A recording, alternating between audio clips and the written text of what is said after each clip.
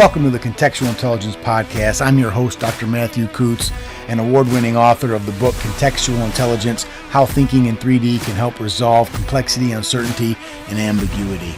This is our inaugural episode, and I'm really excited you decided to join us today for this exciting look into something that's been a passion of mine for over 2 decades now, and that's the exploration and understanding of contextual intelligence and how applying contextual intelligence can lead to navigating uncertainty and high performance in the workplace and in life. Well, welcome to this, my first episode of the Contextual Intelligence Podcast, and I think it's only appropriate that we start at the beginning of the book and throw proper credit out to where credit is due. And a lot of the ideas that generated from this idea of contextual intelligence came to me in my own personal study and the convergence of 2 areas. One, the traditional research and interest in human performance and corporate performance. And then also there's a time in ancient Israel's history where David was becoming king of Israel. And at that time, there was a particular tribe, the tribe of Issachar, that came to David to offer their services to help in this transition that the country and David was going through. And it says that the tribe of Issachar had understanding of the times to know what Israel ought to do.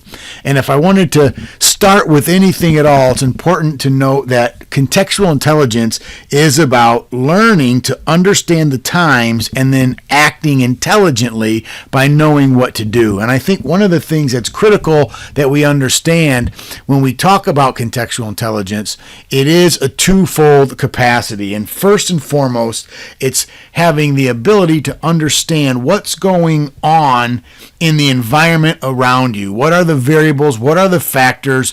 What are the situations that make up the time, the ethos, the kairos moment? And that's about the specific era that you're in. It's not about chronological time. It's not that they knew what time it was. It's that they understood the ethos. They understood the zeitgeist, which is the German word for a very similar process. And it's exactly that so many people fail to recognize. And once we do that, that in and of itself isn't enough. There's another thing that we need to be able to do, and that's to act appropriately once we make that determination. One of the things that I like to use as an example is a medical diagnosis. A lot of times there's a physician will perform or conduct a history and they'll do special tests and they'll go through the whole diagnostic process, and then they'll determine what it is, what the condition is, what the illness is, what the injury is, and they make that determination, and they don't just stop there. A good physician won't just stop at, oh, you have a grade 3 tear of your anterior cruciate ligament, or you have a diagnosis with some particular illness or disease. And they don't just stop there. After they make the diagnosis, they then prescribe a certain intervention for you to begin to participate in, for you to begin to engage in, so that you can begin your recovery and start the healing process. And it's no different here. And the tribe of Issachar had capacity to discern what was going on in the environment. In other words, they had the ability to make a diagnosis of the context. They could understand what the variables were, what the factors were, what the conditions were that contributed to a certain or specific situation and environment. And then once they made that determination, they were able to act appropriately and not just go on hearsay, not just go on precedent, not just go on history, not fall victim to logical fallacies and heuristics and things like that of what happened yesterday will happen again, and repeat those kinds of things. They actually knew what needed to be done in that particular situation at that moment. And it was specific, and their behavior and their response was specific to the particular situation that they diagnosed or found themselves in. In other words, they acted differently in each situation that they found themselves in, and they knew how to recognize those situations, and then had the requisite experience and the requisite foresight to be able to act appropriately once they made a determination of what was going on around them. And if we want to tie that into corporate performance or just the quality of life that we live, it's critical that we understand so much of what we do relative to performing well, living life well, succeeding in our relationships, succeeding in our careers, succeeding as a parent, as a friend, whatever it might be, is dependent upon those two things as well. Being able to discern and understand and recognize what are the variables, what are the factors that are currently affecting life right now in this real moment, in this moment of time, in the present. And then once they make that determination, it's then knowing, all right, well, what experiences do I have? What capacities do I have? What skills do I have? What competencies do I have that enable me to perform as needed based on this diagnosis of the environment? And a lot of times what happens is people fail in their attempt to exercise the appropriate behavior because of they either misdiagnosed the environment and they didn't know the time they were in accurately, or they didn't have the requisite tools or the requisite skills to behave according to what the situation demanded. And that's a major failure, but fortunately for us, it's something that can be taught and something that can be learned. This is what contextual intelligence is about. Contextual intelligence is about learning the skills, learning the thinking rules, and the thinking process behind being able to recognize what's going on in real time around us, identifying the variables that are affecting the situations that we find ourselves in. And then once we do that, we're able then to pull from the requisite experiences and even create new capacities, or what that creation of new capacity some people call meta skills. In other words, we put to use meta skills and we begin to behave in a way that we maybe have never behaved before or didn't even know we had the capacity to do. But once we do that, we find that we are able to perform well in a particular environment. You know, in the book Contextual Intelligence, and the introduction, we set the tone by talking about the leadership landscape today and how critical it is to understand that it's changing. Now, that might sound obvious, but I'm always surprised. I'm still surprised at how often the obvious needs to be stated. And the reason is because even though we say it, we don't necessarily understand what that means for our actions and for our behavior. So, yes, the environment is changing. We're in that post-COVID world. We're in a VUCA world. VUCA stands for volatile, uncertain, complex, and ambiguous. We're in a turbulent world. We're in an uncertain world. You know, all the kinds of things that are going on around us. And that's almost become cliche. And the risk and danger of the clichéness of that, if I can use that made up phrase, is that we take it for granted and that we don't really pay attention to what's going on. And we just say it and we don't recognize the consequences of the reality of that. And the fact is, the reality of the pace of change and the complexity that we find ourselves in really means that we have to rethink leadership and we have to rethink performance. So often we say these things like life is changing, life's hard, life's complex, etc. We're living in chaotic times, unprecedented times, whatever it might be. And then we just leave it there and we fail to go to the next stage in that process and recognize, well, if indeed that is true, that means that I must begin to think differently, behave differently, and acquire and pull on new skills to be able to perform in this new environment. And it reminds me of something that Alvin Toffler said in his 1970 book, Future Shock. And again, this is a paraphrase. He didn't actually say it this way, but it's attributed to him saying this way. And he says that the illiterate of the 21st century won't be those who can't read or write, but those who are unwilling to learn, unlearn, and relearn. And man, did he prove to be right in that. So much of saying things like, well, life is hard, we're in turbulent times, VUCA, all those things we just talked about, and then failing to respond to them by unlearning and relearning is the new illiteracy. And so often, so many people aren't able to cope with the environment that they're in. They're not able to interact and provide value to the people around them, to the teams they're a part of, to the relationships that they're in, because they won't unlearn and relearn. They are, in fact, acting as if they're the new kind of illiterate that Alvin Toffler was talking about. And it's critical that we understand, if we want to be successful in the marketplace today, if we want to be successful in the relationships that we're engaging in today, if we want to be successful in being able to innovate and create new ideas and create new opportunities for ourselves and for the people around us and the people we work with and the people we love, we have to be able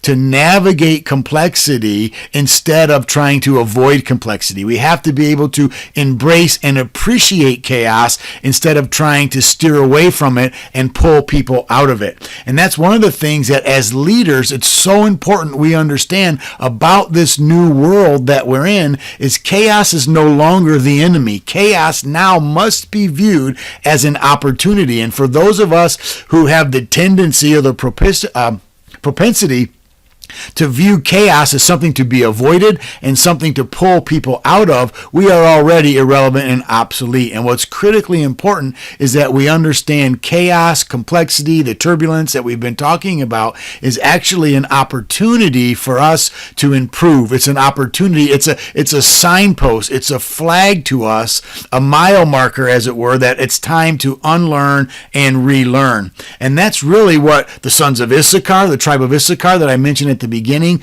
was able to do. They discern the times, and that's critically important, because discerning the times means that every moment needs focus. Every moment needs to be paid attention to, and we can't take for granted what we think is going to happen because of what used to happen or because of what did happen. And that's a critical error that so many leaders make in the world today. And we have to understand that every moment needs to be discerned. Every moment needs to be evaluated, and every moment is made up by different variables and different factors. And the way to recognize the moment is to recognize the variables and factors that are converging in this present real moment of time to make the moment that we're in.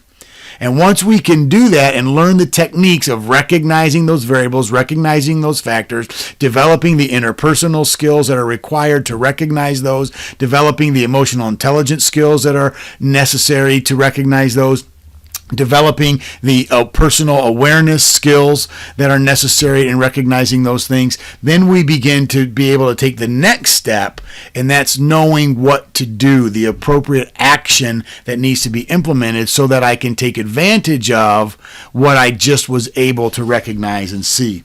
And anyways, the introduction talks about how critical it is that we understand the key performance indicators are in fact a moving target. And for years, for decades, people, employees, staff, we ourselves as employees would complain about the metrics of the moving target and how success is a moving target, and we would get upset with our managers and our supervisors and our bosses when they would present something to us, a target, a goal, a needed outcome or something like that, and they would move and shift the target on us. The metric of success shifted as we began to engage in whatever we thought was needed to remedy whatever goal we were after or problem we were trying to solve. The reality is there's a moving target. The target is always moving, and this new world that we're in, this new normal that we're in, we have to recognize that the moving target is the norm, and the moving target is an opportunity to innovate, to create, to excel. And the leader and the successful leader in this time frame understands the moving target reality and begins to develop the skills that are necessary to meet metrics and to generate outcomes in a moving target reality. And that's really, really important for us to understand. So that's a critical piece when we talk about the idea of contextual intelligence. The other thing that I wanted to just mention from the introduction about contextual intelligence is, as dramatic changes occur right before our eyes, and we know that that's happening, it's important to remember that these three key factors will help us identify and navigate and cope with those moving targets. One, that the evolving leadership landscape. So the modern leadership landscape is not only complex, but it's more complex than we even realize. And that constant change due to all kinds of things, the gig economy, shifting demographics, globalization, and all the things that are going with technology and all those things mean that traditional leadership approaches have to be changed and have to be challenged. If we fail to do that, we will always struggle to adapt, and we will always struggle with irrelevance and even perhaps being obsolete. So we have to understand that leadership landscape is always evolving. In fact, evolving probably isn't even the right term. It's actually emergent. There's things erupting all of the time that seem to or appear to come out of nowhere, but actually if you take a step back and look for a minute, you'll recognize that they were in fact predictable. The second thing is the incredible need for contextual intelligence because of this reality. To succeed in this dynamic world, leaders must develop contextual intelligence, which again helps us understand and adapt to the unpredictable, the nonlinear, the non-sequential, and it's manifest by being able to transition between the different contexts we find ourselves in. For example, so often we think of success relative to particular settings or particular contexts. For example, I might be really good communicator at work, but a really lousy communicator at home with my family. That's no longer acceptable because of the blurring of the lines, because of the how difficult it is to maintain sacred space anymore, and the life bleeds over into work bleeds over into life, and to the fact that we have virtual office now, telecommuting, all the things that are going on. The boundaries that once existed, or at least tried to exist, aren't there anymore, and if they are there, they're incredibly fuzzy. And because of that, there's a new skill emerging that every leader has to be able to demonstrate effectively, and that's the ease and quick transition between contexts. And then finally, the third piece is the mental adaptation and innovation that's required. Successful leaders must be willing to adapt and innovate. This is an expectation. Now, it is just the reality of the way things are. If we are stuck with our old paradigms, our old mindsets, our old models, we will not be able to adapt and be resilient and be agile, or even, I'll go so far as say, even learn. And which is critical. Remember we need to learn, unlearn, and relearn. And if that process can't even start if we can't learn. And if we're not willing to be adaptive and innovation in our thinking, then that process is lost from the beginning. So it's critical to understand that we have to learn to learn. We have to learn to identify the variables in a particular context. And the mindsets that got us here won't be the mindsets that can get us to the next place. And of course, I'm sure all of you listeners, or many of you listeners, are very familiar with Carol Dweck and her research on mindsets. And she talks about the fixed mindset and the growth mindset. This is perfectly applicable here as well. People who are given to a fixed mindset. A fixed mindset is someone who just believes, this is the way I am, this is the way I was born, I have these particular skills, I have these particular preferences, and I need to interact, and everybody needs to accommodate me and my preferences and my mindsets in order to be successful. Listen, that's just not going to work anymore. We have to have a growth mindset, which is where we challenge ourselves to always believe we can learn more, do more, be more, and that there's no such thing as static existence. So this eradicates the idea that the leader's job is to maintain the status quo. Listen, that's completely false. That might have been true 50 years ago, but it is certainly not true today. If you are trying to maintain the status quo, whether you're a leader or just in your own personal life, just trying to keep things as they are, you're already behind, and you're going to find your life to be incredibly frustrating, and you're going to find that few people, if anybody, are going to be willing to follow you. We have to be willing to jettison the idea of status quo and embrace the idea of that I need to continue to agitate or perturbate or change or disrupt the things around me. And that's really what a leader does today. They actually help people get comfortable with chaos. They help people get comfortable with disruption. They help people get comfortable with those moving targets we talked about. And that's what leadership success is today. And that's what contextual intelligence is ultimately about. It's about learning to be able to do that yourself for yourself. And it's also being able to learn how to communicate that ability and those meta skills to the people around you, to the people who you love in your families, your communities, your neighborhoods, etc., the people who you're related to, as well as the people who you work with, either as a supervisor or as a follower, in all 360 degrees of the workplace. So that's really, really important concept to have. So that's how I wanted to introduce this first part of Contextual Intelligence Podcast. I hope you enjoyed this very first episode. We're going to take the next several episodes, and we're just going to go through each chapter of this book one at a time and talk about some of the key ideas, episode by episode, chapter by chapter, in this Contextual Intelligence book.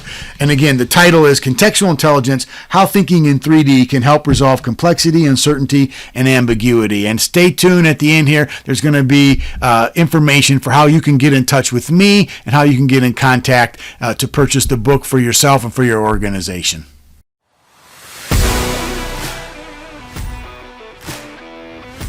Thanks so much for sticking around. If you'd like information on how to get my book, the best place is to go to my website, www.matthewkutz.com. That's www.matthewkutz.com. I will also include links in my show notes to my website as well as my other social media. I also have a Shopify page where you can access some of my other books that I hope you will find interesting as well. Again, the best place to get a copy of Contextual Intelligence is through my website at www.matthewkutz.com.